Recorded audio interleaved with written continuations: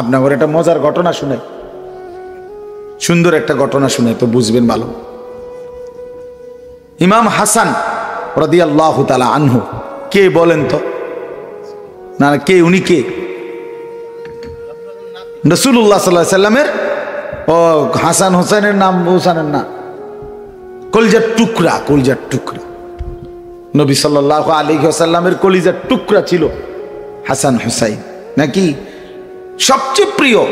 হুমা রাইহানাতাই ফিদ দুনিয়া, নবীজি বলছে হাসান আর হুসাইন এরা আমার দুইজন, আমার দুনিয়ার সুগন্ধি ফুল।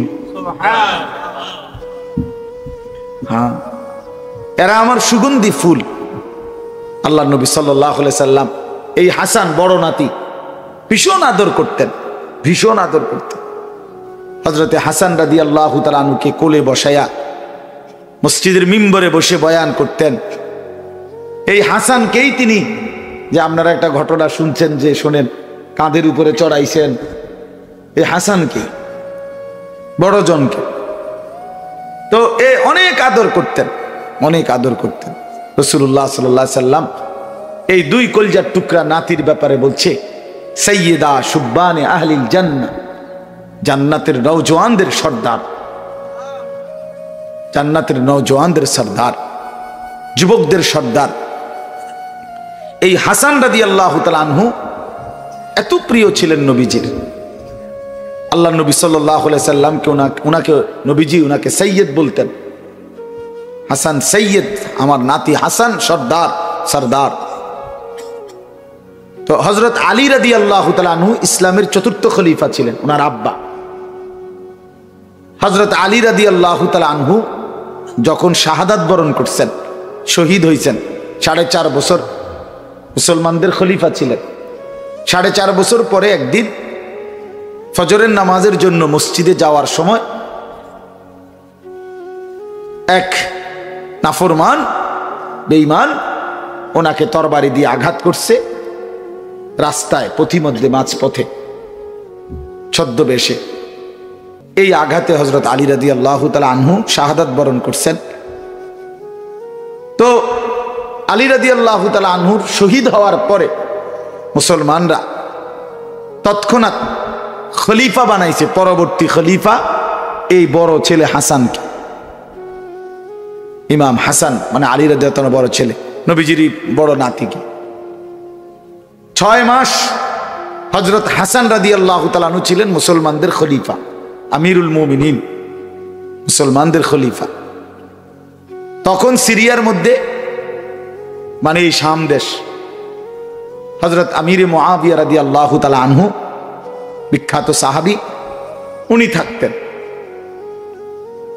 তো হযরত আলী রাদিয়াল্লাহু তাআলা আনহুর ছেলে ইমাম হাসান 6 মাসের মাথায় স্বেচ্ছায়, নিজ ইচ্ছায় ইসলামী হুকুমত যেন আরো মজবুতির সাথে অভিজ্ঞ ব্যক্তির তত্ত্বাবধানে চলে, ইসলামী সাম্রাজ্য যেন আরো সুন্দরভাবে পরিচালিত হয়, উনি স্বেচ্ছায়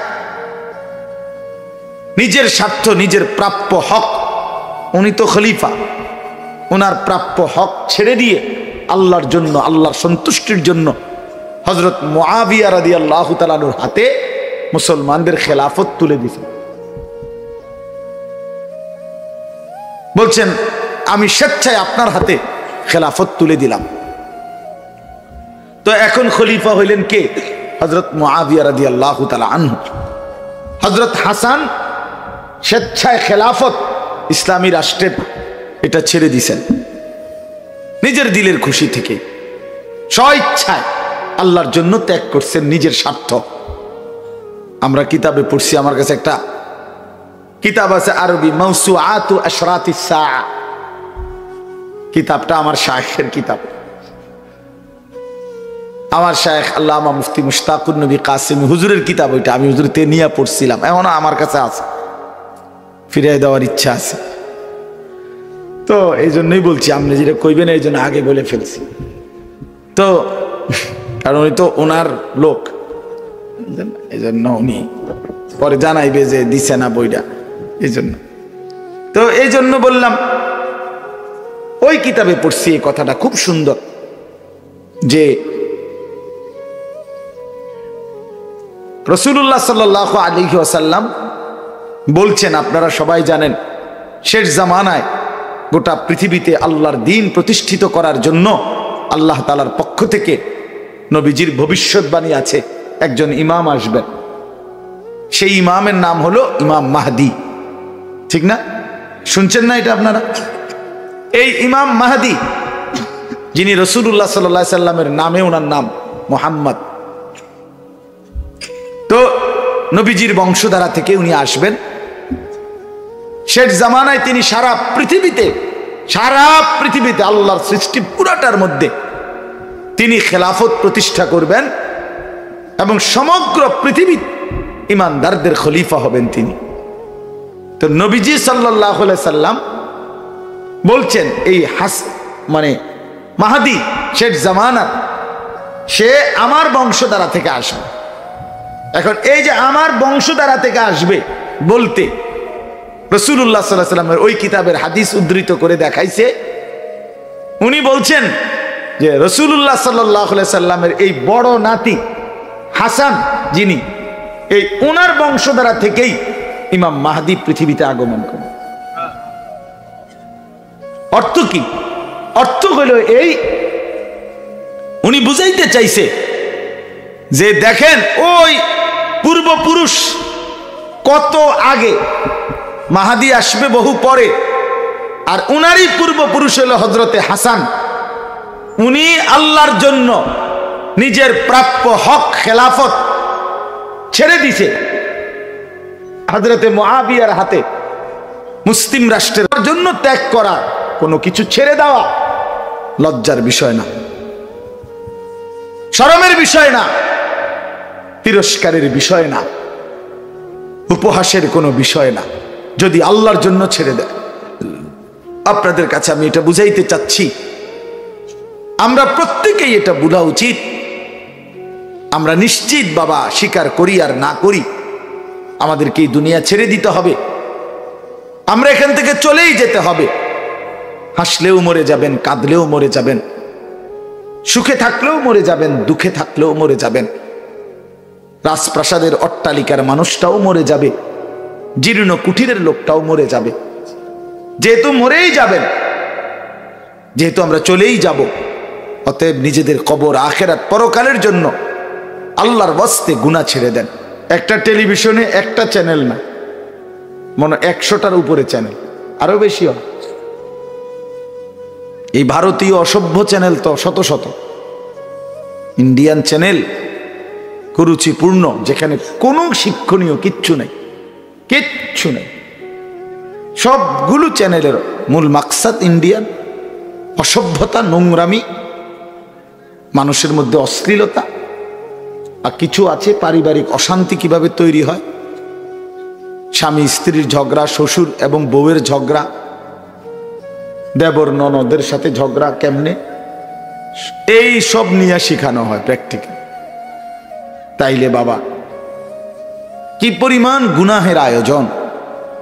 এজন্য বললাম, বাস্তব কথা এটাই, গুনাহের ইন্তজাম বেশি, নেকির ইন্তজাম কম। আমারে বলার পরে আমি খুব খুশি চিত্তে বলছি, ঠিক আছে, 10 জনই শুনুক আর 100 জন শুনুক, এটা মূল বিষয় না। আপনারাই শুনলেন, মহল্লার মানুষ শুয়ে শুয়েই শুনলো। কেউ, অনেক মা বোন আছে বাড়ির উঠানে, ঘরে হয়তো নিরিবিলি শুনতেছে, আলহামদুলিল্লাহ। তো 10 জনই শুনুক, 5 জনই শুনুক। একটা মাহফিল দিয়ে যদি সারা বাংলাদেশ শুনাইতে হয়, এ তো জরুরি না। তাহলে বাকি মাহফিল ওনারা তো আয়োজন করবো কেমনে? তাহলে এই মাহফিল এটা দিয়েই তো সারা বাংলাদেশ শুনাইতে হবে, এটা জরুরি না। মাহফিলের কি আর অভাব পড়ছি না? আমরা এত মাহফিলে কই যাই? তাইলে এটা কোনো সমস্যা না, সংখ্যা মূল বিষয় নয়। আল্লাহর কথা পৌঁছানো, বেশি থেকে বেশি, বেশি থেকে বেশি। যাদের বলার সুযোগ আছে তারা খুব বলা দরকার, যাদের টাকা পয়সা খরচ করে ব্যবস্থা করার সুযোগ আছে তাদের এটা খুব করা দরকার, যারা শুনবার সুযোগ আছে তাদের খুব শোনা দরকার। অর্থাৎ আল্লাহর দ্বীনকে সামনে আগায় দেওয়া, দ্বীনকে সামনে আগায় দেওয়া। হাদিসে আছে, আল্লাহর নবী সাল্লাল্লাহু আলাইহি সাল্লাম বলছেন, অনেক সময় আমার হাদিস যে আমার থেকে সংগ্রহ করছে, শুনছে, সে এরপরে যার কাছে বলছে, হতে পারে সে এর চাইতেও বেশি সংরক্ষণ করবে, মুখস্থ রাখবে, আরো বেশি প্রচার করবে। অনেক সময় হয় যে উস্তাদ ছাত্রকে পড়াইছে, আজকে ছাত্রের বরকতে সেই উস্তাদও সারা পৃথিবীব্যাপী পরিচিতি হয়ে গেছে। তো এই জন্য আগাইতে দেওয়া, সামনে সামনে আগাইতে দেওয়া, এটা মুমিনের সিফাত। তাআওয়ানু আলাল বিররি ওয়াত তাকওয়া। আল্লাহ তাআলা কোরআনুল কারীমের মধ্যে বলছেন, প্রতিটা কল্যাণ এবং আল্লাহ ভীরু তার কাজে, আখিরাত পরকাল ইবাদত বন্দেগীর কাজে তাআওয়ানু, তোমরা একে অপরকে সহযোগিতা করো। ওয়ালা তাআওয়ানু আলাল ইসমি ওয়াল উদওয়ান। আল্লাহ তাআলা বলেন, তোমরা গুনাহ এবং সীমালঙ্ঘনের কাজে মোটেই সাহায্য করো না, সহায়তা করো না। আল্লাহর নাফরমানির কাজে ভাই আমি তোমার সাথে নাই, তোমার গুনাহ তুমি করো। লানা আমালুনা ওয়া লাকুম আমালুকুম সালামুন আলাইকুম। আল্লাহ বলছে, আমার প্রিয় বান্দা দ্বারা যারা গুনার মজলিস দেখলে বলে, ভাই তোমার কাজ তুমি করো, আমি নাই, আমি তোমার থেকে পৃথক, আমি তোমার এটা অপছন্দ করি, ঘৃণা করি, পারলে তো বাধা দিতাম, পারলে তো তোমারে ফিরাইতাম, যদি এতটুকু ক্ষমতা নাও থাকে কমপক্ষে আমি তোমার সাথে নাই, আমি তোমার পাশে নাই। এই জন্য এটা জরুরি, এই জন্য এটা জরুরি। আমরা যদি সবাই মিলে, এই যে কয়জন আমরা বসছি, কোনো সমস্যা নাই, বেশি কিংবা কম, ছোট কিংবা বড়, এটা মূল হিসাব নয়। আল্লাহর কাছে গ্রহণযোগ্য হওয়া এটা মূল বিষয়। মানুষের কাছে কোনো বিনিময় নাই। ইয়া কওমি লা আসআলুকুম আলাইহি আজরান মালান। কোরআন শরীফ আছে, নবীরা মানুষকে বলতো, হে আমার কওম, তোমাদের কাছে আমি কোনো মাল চাই না, সম্পদ চাই না, বিনিময় চাই না।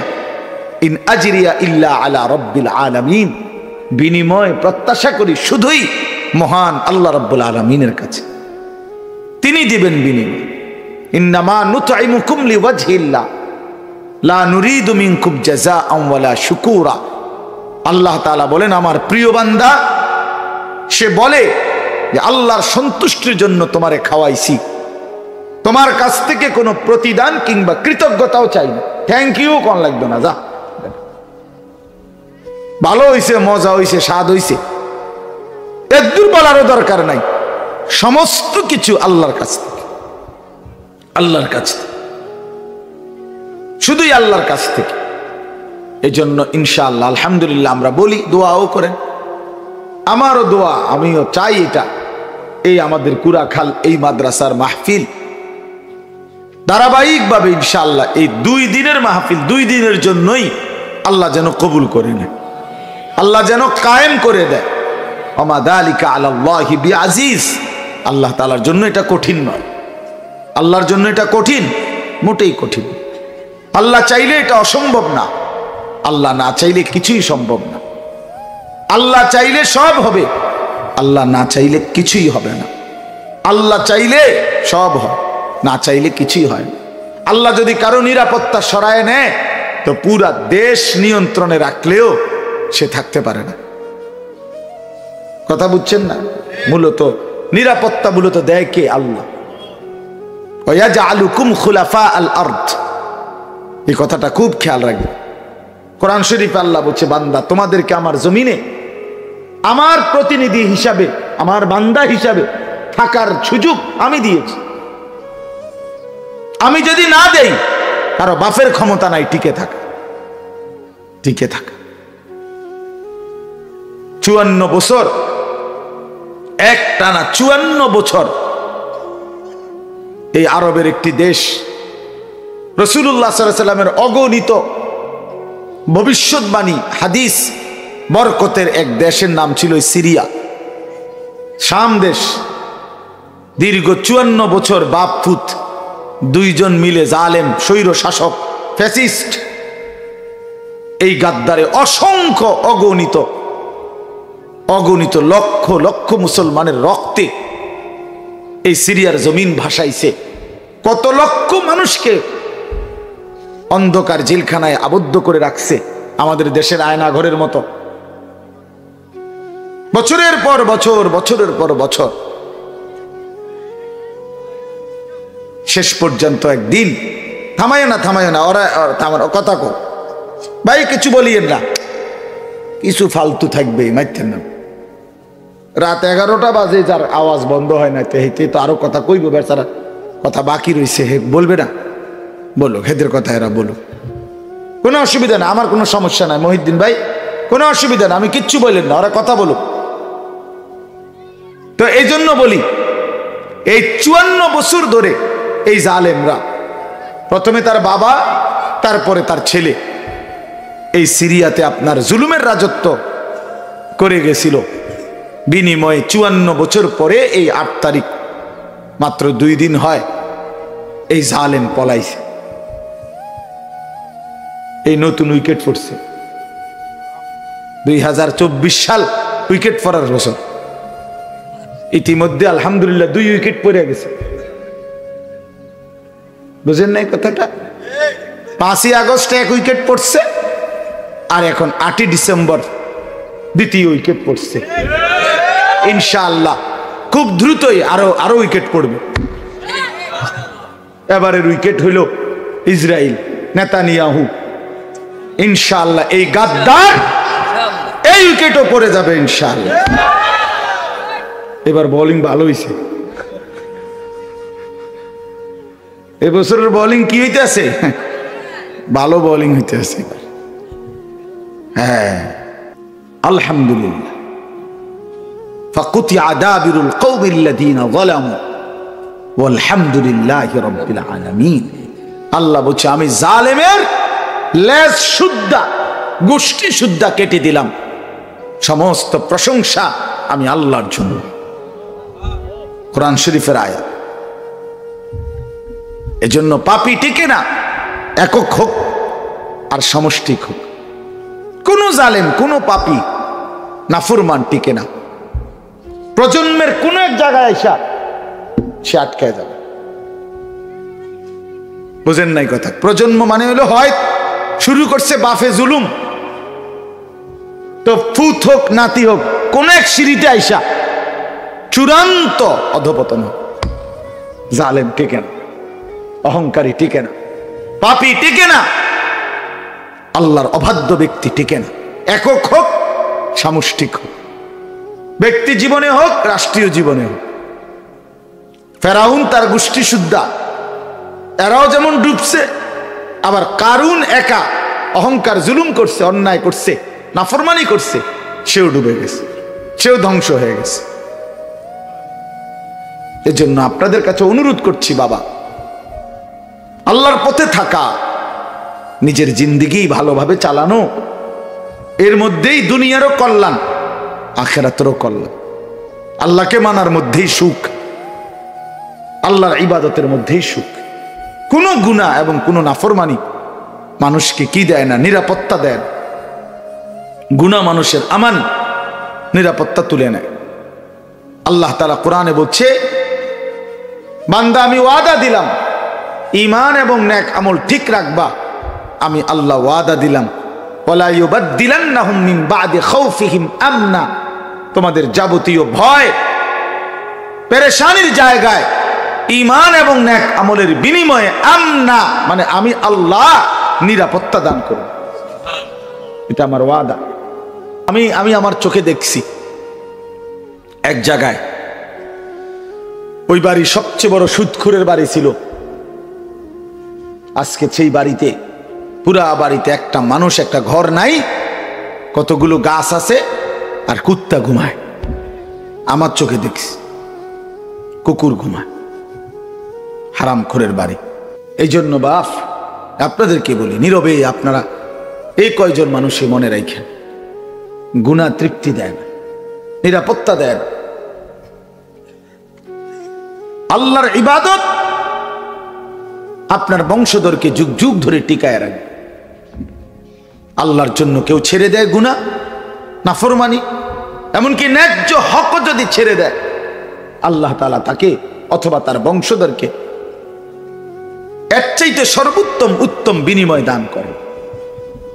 মান তারাকা লিল্লাহি শাইআন, যে আল্লাহর জন্য ত্যাগ করে, আপনার একটা মজার ঘটনা শুনে, সুন্দর একটা ঘটনা শুনে তো বুঝবেন ভালো।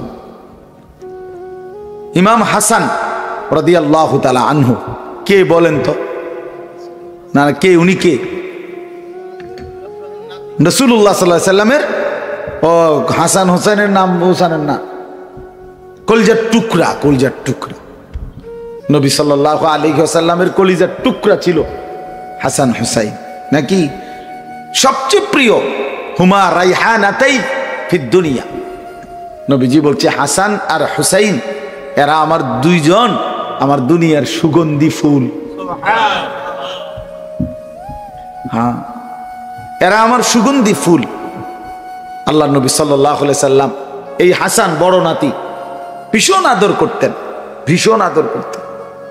হযরতে হাসান রাদিয়াল্লাহু তাআলা আনহুকে কোলে বসায়া মসজিদের মিম্বরে বসে বয়ান করতেন। এই হাসানকেই তিনি, যে আপনারা একটা ঘটনা শুনছেন যে শোনেন, কাঁধের উপরে চড়াইছেন, এই হাসানকে, বড় জনকে। তো এ অনেক আদর করতেন, অনেক আদর করতেন। রাসূলুল্লাহ সাল্লাল্লাহু আলাইহি সাল্লাম এই দুই কলিজার টুকরা নাতির ব্যাপারে বলছে সাইয়্যিদা শুব্বানে আহলিল জান্নাহ, জান্নাতের নওজওয়ানদের সর্দার, জান্নাতের নওজওয়ানদের সর্দার, যুবকদের সর্দার। এই হাসান রাদিয়াল্লাহু তাআলা আনহু এত প্রিয় ছিলেন নবীজির। আল্লাহ নবী সাল্লাল্লাহু আলাইহি সাল্লামকে উনাকে নবীজি উনাকে সৈয়দ বলতেন। হাসান সৈয়দ, আমার নাতি হাসান সর্দার, সর্দার।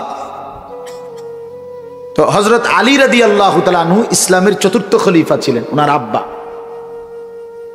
হযরত আলী রাদিয়াল্লাহু তাআলা আনহু যখন শাহাদাত বরণ করছেন, শহীদ হয়েছেন, 4.5 বছর মুসলমানদের খলিফা ছিলেন। 4.5 বছর পরে একদিন ফজরের নামাজের জন্য মসজিদে যাওয়ার সময় এক নাফরমান বেঈমান ওনাকে তরবারি দিয়ে আঘাত করছে রাস্তায়, পথিমধ্যে, মাঝপথে, ছদ্মবেশে। এই আঘাতে হযরত আলী রাদিয়াল্লাহু তাআলা আনহু শাহাদাত বরণ করছেন।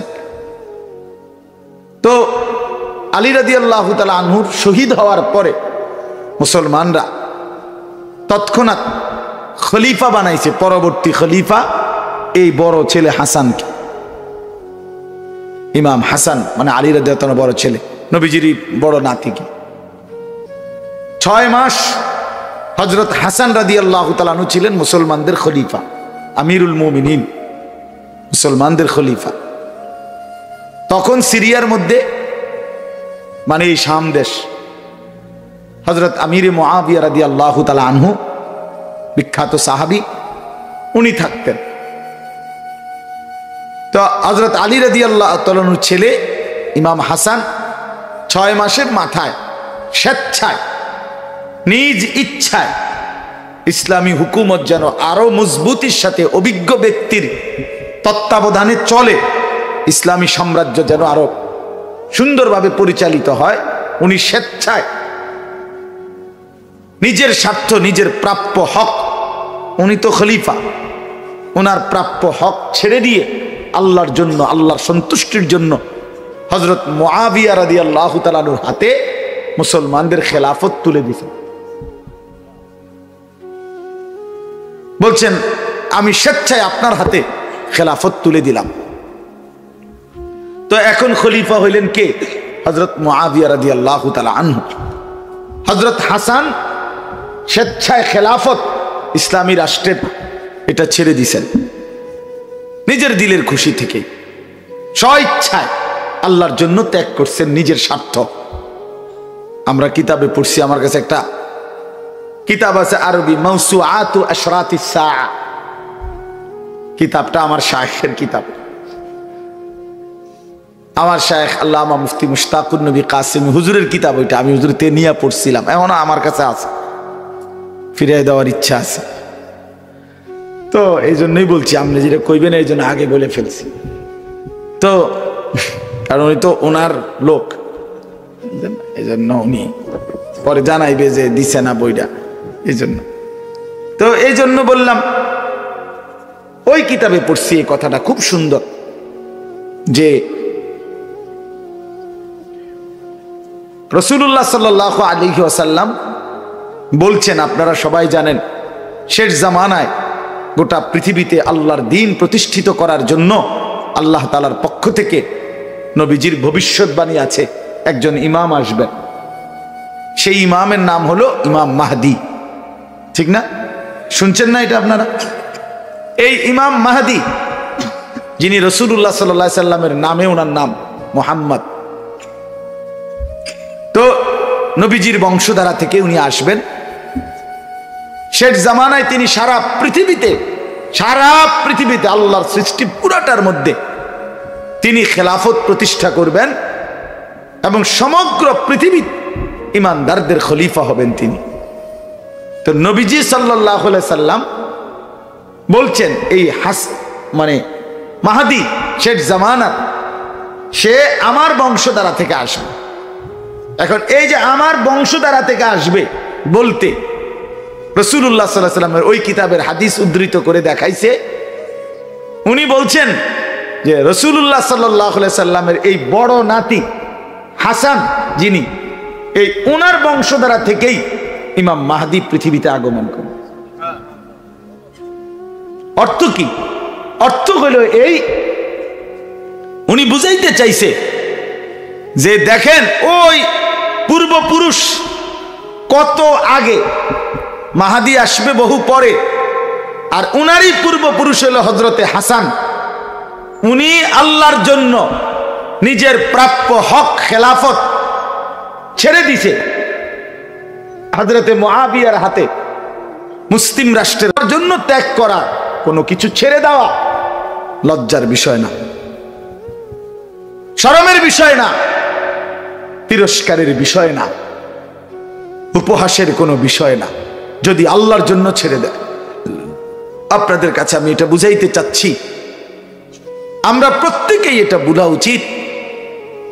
আমরা নিশ্চিত বাবা, স্বীকার করি আর না করি, আমাদেরকে এই দুনিয়া ছেড়ে দিতে হবে, আমরা এখান থেকে চলেই যেতে হবে।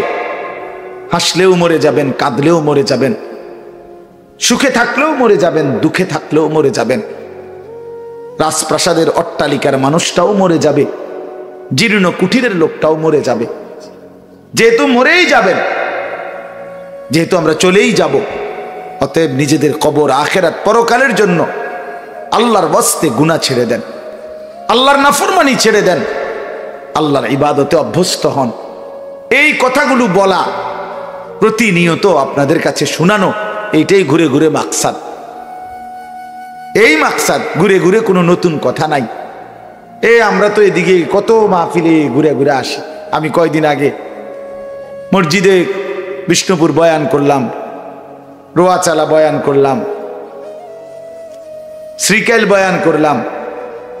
মাকসাদ তো একটাই বাপ, ঘুরে ঘুরে আল্লাহর কথা ফেরি করা, আখিরাত ফেরি করা, কবরকে ফেরি করা, হাসরের কথা বলা, আখিরাতের কথা বলা, এটাই আমাদের জিম্মাদারি। আপনারা যদি বলেন হুজুররা আখিরাতের কথা ছাড়া, পরকালের কথা ছাড়া, আসমানের উপরের কথা ছাড়া আর কিছুই জানে না, ভাই জানি না। আমাদের জিম্মাদারি এটা। আল্লাহ কোরআনে বলছে ইলমের জিম্মাদারি কি, ওয়ালিয়ুনজিরু কওমাহুম ইযা রাজাউ ইলাইহিম লাআল্লাহুম ইয়াহজারুন। সরাসরি কোরআনের আয়াত। আল্লাহ বলেন, কেন আমি ইলম দিলাম? উচ্চতর এই ইলম কোরআন সুন্নাহর অর্জন করবে যারা, তাদের জিম্মাদারি কি? আল্লাহর কসম, কোরআনে আল্লাহ বলছে জিম্মাদারি হলো একটাই, নিজ এলাকায় ফিরে গিয়ে নিজের কওমকে, জাতিকে আল্লাহর ভয়, কবরের ভয়, আখিরাতের ভয়, জাহান্নামের ভয় দেখাবে। এটাই জিম্মাদারি। এটা কোরআনের আয়াত। ওয়ালিয়ুনজিরু কওমাহুম ইযা রাজাউ ইলাইহিম। এটা আমাদের ইলমের আমানত। এই 12 বছর মাদ্রাসায় পড়েছিলাম, 14 বছর মাদ্রাসায় পড়ছি। আল্লাহ যেটুকু কোরআন সুন্নাহর বুঝ দিছে, এটুকুর দায়িত্ব কি? দায়িত্ব আপনাদের কাছে ঘুরে ঘুরে, কওমের দুয়ারে দুয়ারে ঘুরে ঘুরে আল্লাহর ভয়, আখিরাতের ভয় দেখান। নবী সাল্লাল্লাহু আলাইহি সাল্লামের প্রথম জিম্মাদারি কি ছিল? 1 নম্বর প্রথম দায়িত্ব আল্লাহ বলছে কুম ফাআনদির। এই কোরআন শরীফের আয়াত। নবীকে আল্লাহ প্রথম যেদিন দায়িত্ব পালন করতে বলছে, সেদিন এটাই বলছে কুম ফাআনজির। এটাই কোরআনের দ্বিতীয় নাজিলকৃত আয়াত, প্রথম যে ইকরা বিসমি রাব্বিকাল্লাযী খালাক, ওইখানে কোনো দায়িত্ব বলে না, এখানে বলছে শুধু আল্লাহর কালাম তেলাওয়াত করেন, আল্লাহর নাম নেন, রবের নামে পড়েন, আর এই দায়িত্ব কাজ শুরু করেন মানুষের মাঝে।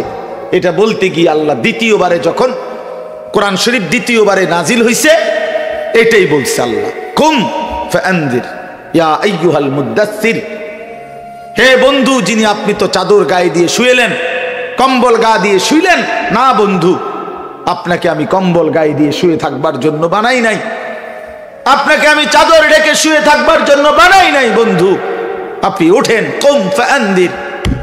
কোটি কোটি মানুষ আমি আল্লাহকে চেনে না, শিরকে লিপ্ত, কুফরিতে লিপ্ত, জিনায় লিপ্ত, বেবিচারে লিপ্ত, মদ জুয়া নেশা চুরি ডাকাতি জিনা বেবিচারে পুরা আরবের সমাজটা ধসে গেছে, পচে গেছে, গলে গেছে। আপনি বন্ধু দাঁড়ান, বন্ধু আমার, মানুষের এই করুণ পরিণতি দেখে, আল্লাহর নাফরমানির মধ্যে ডুবাই দেখে আপনি ঘুমাইতে পারেন না, শুইতে পারেন না। কুম, দাঁড়ান বন্ধু, ওঠেন, জাগেন বন্ধু, ফাআনজির।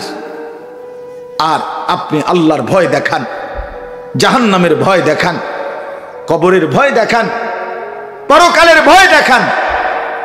প্রিয় ভাই আমার, সেই যে নবী উঠলেন 23টা বছর শুধু বলেই গেলেন, থামলেন সেদিন মালাকুল মউত আজরাইল রূহ কবজ করছে যেদিন, নয়তো তার 8 মিনিটও বলছে উম্মত এই আজরাইল চলে আসছে, জিব্রাইল দাঁড়িয়ে আছে। আয়েশা রাদিয়াল্লাহু তাআলা আনহাকে বললেন, আয়েশা আমি চলে যাচ্ছি, আমার উম্মতকে শেষবারের মতো বইলো আসসালাত আসসালাত আসসালাত, নামাজ নামাজ নামাজ, আমি যাচ্ছি। এই যে বলছে কুম ফাআনজির, দাঁড়ান বন্ধু, ওঠেন, মানুষকে ভয় দেখান, আল্লাহর ভয়। তাহলে নবীর দায়িত্ব কি ছিল? মানুষকে আল্লাহর ভয় দেখান। কি ছিল বলেন না? আল্লাহর ভয় দেখান। কওমকে ফিরাবার জন্য চেষ্টা করছেন।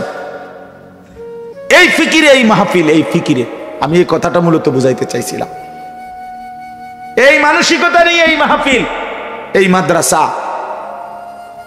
মাদ্রাসা কষ্ট করে তিল তিল করে এই মাদ্রাসা, একটা বাঁশ ঝাড়ের ভিতরে দিয়ে যে মাদ্রাসা শুরু হয়েছে, আজকে আলহামদুলিল্লাহ এতটুকু হয়েছে। আর শাজিমের মালিক চাইলে আরো আগাবে ইনশাআল্লাহ, কোনো সন্দেহ নাই, আগায় যাবে, কোনো সন্দেহ। ইখলাস বিফলে যায় না, ইখলাস বিফলে যায় না, তাকওয়া বিফলে যায় না, নিষ্ঠা বিফলে যায় না। আপনারা যারা বাড়িওয়ালা, ইনশাআল্লাহ মনে রাখবেন আপনারা ভাগ্যবান। আমি নিজে কিতাবে পড়ছি, পরে ভাইয়া কিতাবে স্পষ্ট আছে, আমার কাছে ওই কিতাব গাড়িতেও আছে, আত-তাযকিরা, ইমাম কুরতুবী রাহমাতুল্লাহর লিখিত কিতাব। আল্লাহর নেক বান্দারা যারা কবরে যায়, তখন ওই কবরে নেক বান্দাদের কাছে যখন নতুন কাউকে কবরস্থ করা হয়, তখন তারা সব কবরবাসী নেককাররা ও বেটার লগে দেখা করে, জিজ্ঞাসা করে আমাদের অমুক অমুক কেমন আছে। তো যদি এই লোকের আগে কেউ মারা গেছে, অথচ এরা হের নামও জিগাইতেছে, তো এর তো হিসাব মিলে না, কিরে উনি তো আমার আগে মরছে, তো উনার লগে তো দেখা হইবার কথাই, তো হেরা আবার উনার নাম জিগায় কেন? তো বলে সে তো আমাদের আগে, আমার আগেই তো উনি মারা গেছেন, আপনাদের সাথে সাক্ষাৎ হয় নাই। আল্লাহর কসম কিতাবে লিখছে, আল্লাহর নেক বান্দারা তখন বলে, আহা নিশ্চয়ই সে ফাউম্মুহু হাবিয়া, এই তাফসীরে আছে, নিশ্চয়ই তার ঠিকানা জাহান্নামে চলে গেছে। সে হয়তো ঈমান আমল নিয়ে কবরে আসতে পারে নাই, যার কারণে আমাদের সাথে সাক্ষাৎ হয় নাই, নাইতো তো হইতো। তোমার আগে যদি সে মরে থাকে, তাহলে আমগুলোর লগে দেখা হইল না কা? নিশ্চয়ই নাফরমান ছিল। নাফরমান কারো দেখা পায় না, নাফরমান কারো সাক্ষাৎ পায় না। এই জন্য প্রিয় বন্ধু আমার, বাপ আমার, আপনাদের ফিকিরে, আপনাদের কাছে রাত গভীরে আমি আমানত অনুরোধ করলাম, ঘরে থেকে যদি শুনেন, এখানেও বসে শুনেন, একটা মাদ্রাসাও, চারিদিকের যতগুলো মাদ্রাসা, এই মাদ্রাসাগুলোই আপনাদের পাহারাদার, ইমানের পাহারাদার, আমলের পাহারাদার, আখিরাতের পাহারাদার। আপনারা এই মাদ্রাসাগুলোর পক্ষে থাকলে আল্লাহর কসম ঠকবেন না। আমি বললাম আপনার বংশধরও ঠকবে না, আপনাদের বংশধররাও ঠকবে না ইনশাআল্লাহ। এর বরকতে আপনারা, আপনাদের যেই নেককাররা কবরে চলে গেছে, আল্লাহ যদি এর বরকতে আপনাদেরকেও নেককার হিসাবে কবুল করে, আপনারা একসাথে সাক্ষাৎ পাবেন তাদের। এই জন্য আমরা প্রত্যেকে ইনশাআল্লাহ মাদ্রাসাকে ভালোবাসবো, এই মাহফিলকে ভালোবাসবো, বলেন ইনশাআল্লাহ। আল্লাহ তাআলা এই মাহফিলকেও, মাদ্রাসাকেও কিয়ামত পর্যন্ত কবুল করে নেন। এবার তরজমাটা শুনেন, তাইলে কথা শেষ। 10টা আয়াত পড়ছি, সূরা ফজর, সূরাটার নাম ফজরের নামাজ। কোরআনুল কারীমের মধ্যে আল্লাহ তাআলা ভীষণ গুরুত্ব দিয়েছেন ফজরের নামাজের ব্যাপারে। 5 ওয়াক্ত নামাজের মধ্যে অত্যন্ত গুরুত্বপূর্ণ একটি নামাজ ফজরের নামাজ। এই সূরার মধ্যে আছে, আল্লাহ তাআলা কসম করছে ওয়াল ফাজরি, এই প্রথম আয়াত আল্লাহ তাআলা বলেন আমি আল্লাহ কসম করছি ফজরের নামাজের, ফজরের ওয়াক্তের, আল্লাহর কসম। এজন্য ফজরের নামাজের গুরুত্ব দেওয়া উচিত, ফজরের নামাজের গুরুত্ব দেওয়া উচিত। জীবন চলে যায়, চলে যাক, জান চলে যায়, কিচ্ছু চলে না, শুধু একটু ঘুমের কষ্ট, আর কিছু না। ফজরের নামাজ না পড়ার পিছনে যৌক্তিকার কোনো কারণ নাই। ফজরের নামাজের সময় দোকানপাট, বাজার, ব্যবসা, চাকরি, ক্ষেত, খামার সব বন্ধ থাকে। কথা বলো না ভাইয়া, কথা বলো না, এই ছেলে কথা বলো না, বাবা কথা কইও না, বাপ ভিতরে বসে কথা কও কেন, ফালতু কোথাকার। তো এই একটু ঘুম ছাড়া আর কোনো কারণ নাই। কোরআনুল কারীমের মধ্যে আল্লাহ তাআলা বলছেন ওয়াল ফাজরি, আমি কসম করলাম ফজরের ওয়াক্ত। তার মানে তাফসীরের মধ্যে আছে আল্লাহ তাআলা যেই বস্তুর কসম করে ওই বস্তু অনেক সম্মানী, মর্যাদাপূর্ণ হয়। এজন্য ফজরের ওয়াক্ত আল্লাহর কাছে ভীষণ দামি, এজন্য আল্লাহ কসম করছেন ফজরে। কোরআনুল কারীমে আল্লাহ বলছে ইন্না কুরআনাল ফাজরি কানা মাশহুদা, নিশ্চয়ই ফজরের নামাজ সম্মিলন, আমার কোটি কোটি ফেরেশতা, আমার ঈমানদার বান্দা একসাথ হওয়ার মোবারক সময় ফজরের নামাজ। কোরআন শরীফের আয়াত, সূরা বনী ইসরাঈল। আল্লাহ বলছেন মাশহুদ, assembly time, time of assembly. Assembly কি? কোন শিক্ষা প্রতিষ্ঠান অথবা কোন প্রতিষ্ঠানের শিক্ষক, কর্মকর্তা, কর্মচারী, শিক্ষার্থী, এই সবাই এক ক্লাস টাইমের আগে আধা ঘন্টা 20 মিনিট এক সমাবেশ করে, এটা দাঁড়ায়, এখানে কিছু কথাবার্তা হয়, কিছু বলে, সবাই একসাথে দাঁড়ায়, সমাবেশ হয়। এরপরে এই অ্যাসেম্বলি শেষ হইলে এরপরে যার যে ক্লাস, কর্মস্থল, রুম, ওইখানে ঢুকে। বিভিন্ন প্রতিষ্ঠান, কিন্ডার গার্ডেন, একাডেমি, স্কুল, ক্যাডেট, আর্মিদের বেড়া, সেনাবাহিনীর, ওইগুলোতে অ্যাসেম্বলি আছে। অর্থ হলো একত্রিত হওয়ার সময়, সমাবেশ।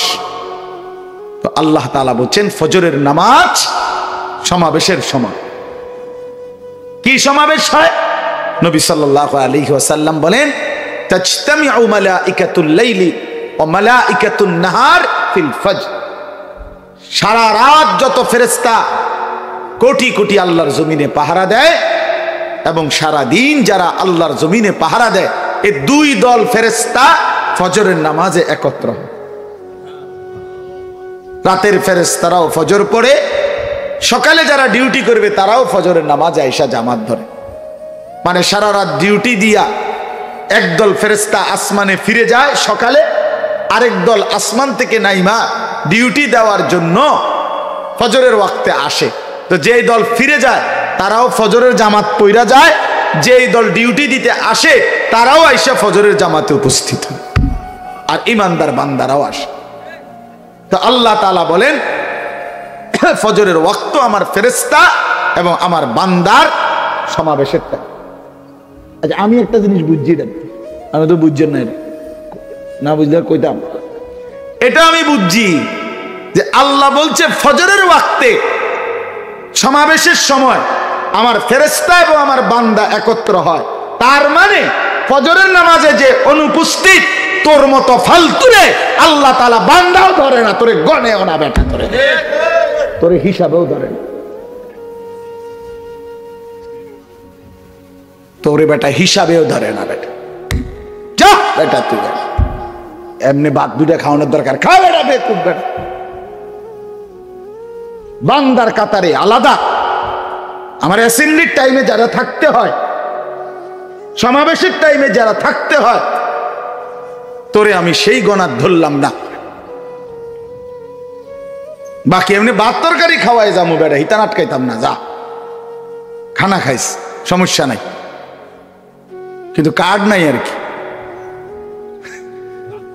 কি নাই, কার্ড নাই আর কি। আমি ভাত খাইয়া লাইও বইয়া কান্দে বইয়া লাইও, অসুবিধা কি ভাতে না দুগা খিচুড়ি এক প্লেট, আরে কি তাই খাও না দুগা। হ্যাঁ নাই তো আল্লাহ বলছেন এটা মাসহুদ, আমার ফেরেশতা এবং আমার বান্দার একত্রিত হওয়ার সময়। তার মানে আমার বান্দারা, আমার প্রিয় বান্দারা এই সময় একত্রিত হয়। আল্লাহ আমাদেরকে বুঝ দান করেন, আল্লাহ আমাকেই বুঝ দান করেন, আমাকেই বুঝ দান করেন। ফজরের ওয়াক্ত বড় মুবারক ওয়াক্ত। কোরআন শরীফে আছে আল্লাহ তাআলা লূত আলাইহিস সালামের জাতিকে জমিন উল্টায়া ধ্বংস করে দিছে। শুআয়ব আলাইহিস সালামের জাতিকে ফেরেশতার বিকট চিৎকার দিয়ে ধ্বংস করে দিছে। হুদ আলাইহিস সালামের জাতিকে আল্লাহ তাআলা ঝড়ো বাতাস দিয়ে ধ্বংস করে দিছে। এরপরে সালেহ আলাইহিস সালামের জাতিকে ফেরেশতার বিকট আওয়াজ দিয়ে আল্লাহ ধ্বংস করে দিছে। এই চারটি জাতিকে আল্লাহ ধ্বংস করছে। কোরআনুল কারীমের মধ্যে আছে ফজরের ওয়াক্ত। ফজর ফাসবাহু ফি দারিহিম জাতিমিন, ফাসবাহু ফি দিয়ারিহিম জাতিমিন। ফজরের ওয়াক্তে এই নাফরমান জাতি আল্লাহ বলেন উপুর হইয়া যার যেখানে শুইছিল উল্টাইয়া পইরা সেখানেই মারা গেছে, ধ্বংস হয়ে গেছে। হ্যাঁ কোরআন শরীফে আছে ওয়াল আদিয়াতি দবহা ফাল মুরিয়াতি কদহা ফাল মুগীরাতি সুবহ। এই যে সুবহ, আল্লাহ বলছে যুদ্ধের মুজাহিদের ঘোড়া, ইমানদারের যুদ্ধের ঘোড়া ফজরের ওয়াক্তে ছুটতে থাকে। ফজরের আগ মুহূর্তে ইমানদার মুজাহিদকে নিয়ে, আর ঠিক ফজরের মুহূর্তে সুবহ, এই ভোরের মুহূর্তে দুশমনের কাফেলায় আক্রমণ করে মুমিনের জন্য বিজয় ছিনিয়ে আনে।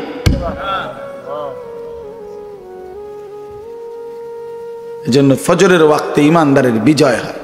আমি ফজরবাদ এটার প্রমাণ দেখছি। এই যে পাকিস্তান সফরে গেছি গত অক্টোবর মাসে, তখন লাহোর এক মাদ্রাসায় রাত্রে ছিলাম, সেখানে ফজরবাদ দেখছি। ওই মাদ্রাসার ছাত্র 8-10 বছরের ছেলে সব এগুলো ফজরের পরে প্রকাশ্যে তাদের মাদ্রাসার এরিয়ার ভিতরে বিশাল এরিয়া ঘোড়া দৌড় শিখাইতেছে, শিখতেছে, খেলতেছে। ঘোড়া ফাল দিয়ে ওঠে, ফাল দিয়া নামে, এগুলা পুরা মাঠ এরকম দুই হাতে যেভাবে যুদ্ধের ঘোড়া দৌড়ায় এইভাবে দৌড়াইতেছে। এরকম বাচ্চা মন্ডা চাইছে নাইমা যায় চালাই, এত দিল লাগছিল। হ্যাঁ এই জন্য ফজরের ওয়াক্ত ইমানদারের ওয়াক্ত। আপনাদের কাছে অনুরোধ করলাম ফজরের নামাজের প্রতি যত্নবান হবে। বলেন ইনশাআল্লাহ, বলেন ইনশাআল্লাহ। এবার তরজমা শুনেন। আল্লাহ তাআলা বলেন এতক্ষণ আমি আইনা কা অন আমি শেষ করি না, আমার কফা তো আমার শ্রোতা তো আছেই, আমার শ্রোতা এরা না ইনশাআল্লাহ ইনশাআল্লাহ কালকে আমার শায়েখ বয়ান করবে, আরো উলামায়ে কেরাম বয়ান করবে, অসুবিধা নেই। এরই তো মুখলেস শ্রোতা। তা আল্লাহ তাআলা বলেন, এবার তর্জমা বলে শেষ করি, একবার সহজ তর্জমা আপনারা বুঝবেন, কোনো ব্যাখ্যা দরকার নেই। আল্লাহ তাআলা বলেন, কাল্লা ইদা দুক্কাতিল আরদু দাক্কান দাক্কা, বান্দা সাবধান, মনে রেখো এই গোটা জমিন একদিন ভেঙ্গে চুরে চূর্ণ বিচূর্ণ হয়ে যাবে।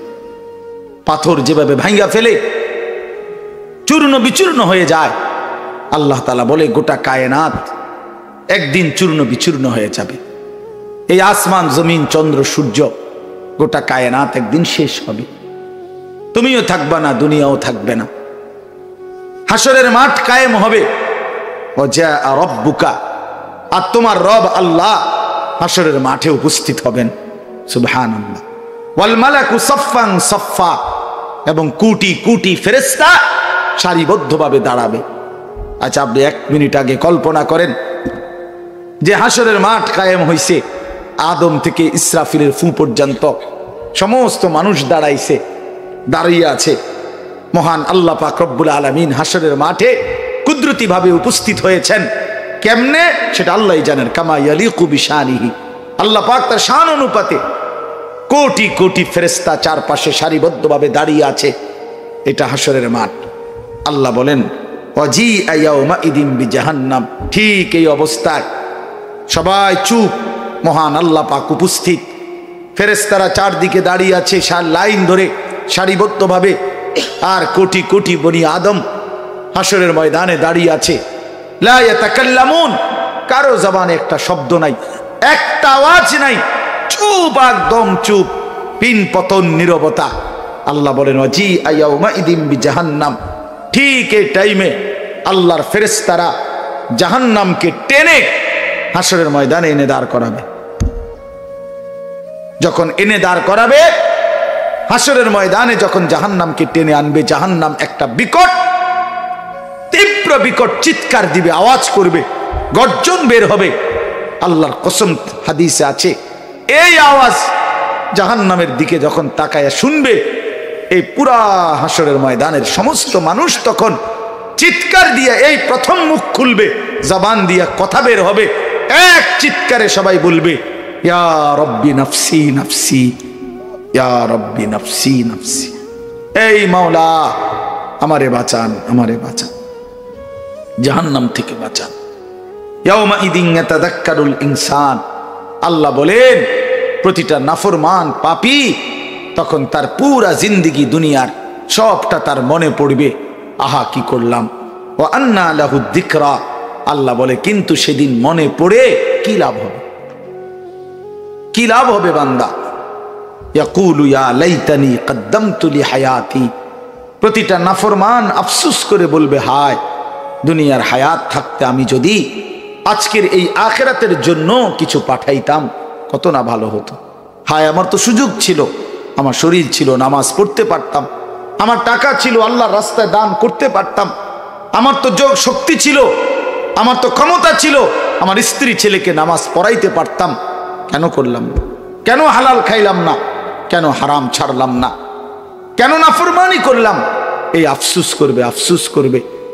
আর আল্লাহ বলেন, ফায়াউমা ইদিল্লা ইউআযযিবু আযাবাহু আহাদ, আল্লাহ বলে বান্দা মনে রাখো হাসরের ময়দানে আমি আল্লাহ তোমারে যে শাস্তি দেব, এমন শাস্তি তোরে আর কোনোদিন কেউ দেয় নাই।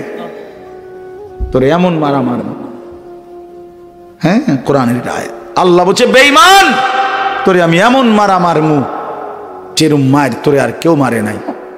লা ইউআযযিবু আযাবাহু আহাদ, কেউ তোকে এমন শাস্তি দেয় নাই কোনোদিন, তোকে এমন শাস্তি দেবে। ওয়ালা ইউসিকু ওয়াসাকাহু আহাদ, আমার ফেরেশতারা তোরে এমন বাঁধা বাঁধবে, এমন শক্ত বাঁধা বাঁধবে যে বাঁধা তোরে আর কেউ কোনোদিন বাঁধে নাই, এমন ভাবে বাঁধ দিবে, এমন ভাবে বাঁধ দিবে।